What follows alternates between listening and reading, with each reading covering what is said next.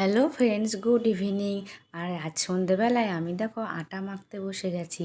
আজকে বানাবো তালের লুচি। আটা, তাল, তার সাথে কালো জিরে দিয়ে চিনি দিয়ে ভালো করে মেখে নিলাম।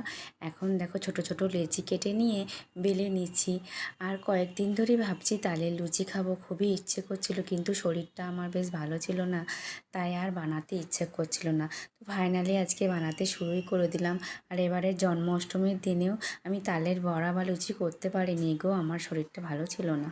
আর এই বৃষ্টির ওয়েদারে গরম গরম তালের লুচি, তার সাথে যদি 1 কাপ চা দিয়ে খাওয়া যায়, খাওয়ারটা কিন্তু বেশ জমে যায়। তোমরাও একবার খেয়ে দেখতে পারো, বেশ ভালো লাগে। তো এখন দেখো আমার তালের লুচি ভাজা কমপ্লিট।